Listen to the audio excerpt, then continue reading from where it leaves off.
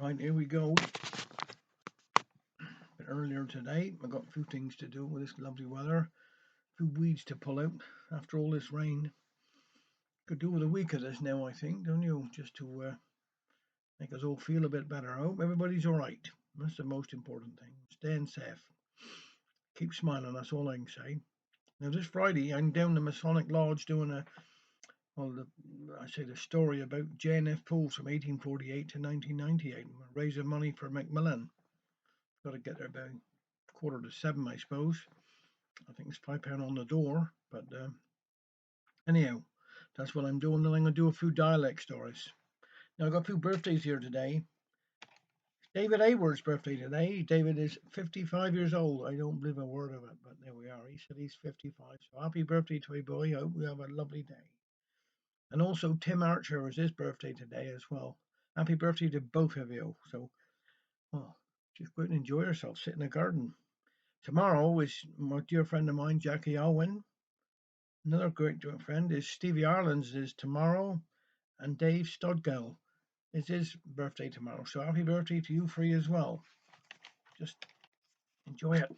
Enjoy it. Now, I'm going to do a Johnny Barber one here today. This one's called The Romance of Darby An Joan. Now, Grandpa, he was quite a lad and liked a bit of skirt, and Granny, she was all about and nothing loath to flirt. When I asked her where they met and how they came to wed, she split the gaff and made me laugh, for this is what she said. It happened after chapel tea. It was a lovely night. The boys and girls had formed a ring. The moon was shining bright. Each girl would touch the boy she loved, and he would give her chase, and when he caught her on the run, would kiss her on the face. Now, Grandpa, he was in the ring, and I was passing by. I poked him in the back and then pretended I was shy. I covered up my face, and so he kissed me on the nose. Then later on he walked me home, and that's just how it was. We courted near the steeple where the rhododendrons bloom, and there among the pretty flowers he taught me how to spoon.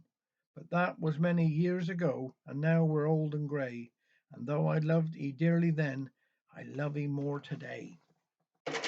Now I haven't done a David Prowse for a day or two, so I got old David Prowse one here now. Chance Discovery. I knew we had problems, but there was nothing I could do till I found the four-leaf clover in the glossy morning dew. Here, take it, friend, I told him. I've already one at home. I hope it brings you fortune and some luck to call your own. He fetched a diary from his pocket, bound impressively in black, and he neatly laid the clover where the pages opened back. Then he closed it and replaced it with a twinkle in his eye. The way things are, he muttered, I'll give I'll give another I'll give anything a try.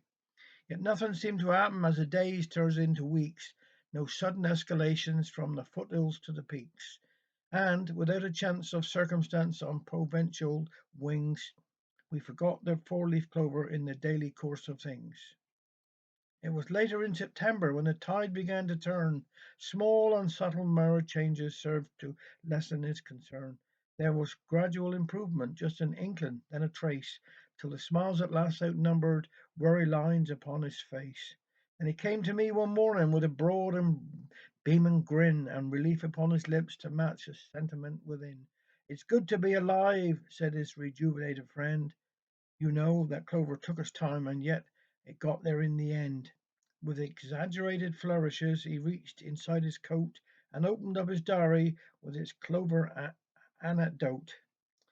Then he stopped in hesitation, his complexion turning grey, as he quietly inquired to me, "What date are we today?" "October the 7th," I told him. "Yes, I thought so," he replied, and he turned the book towards me with the dates upon the side, and where the clover rested, flattened neatly in its bed, on the page he picked so randomly, October the 7th, it said. Was it chance or pure coincidence? Dismiss it if you dare. I prefer to think there's comfort and a question here to share. Is it nature's way of saying, when our chins are on the ground, that somewhere in the meadow there's magic to be found? Have a nice day and take care.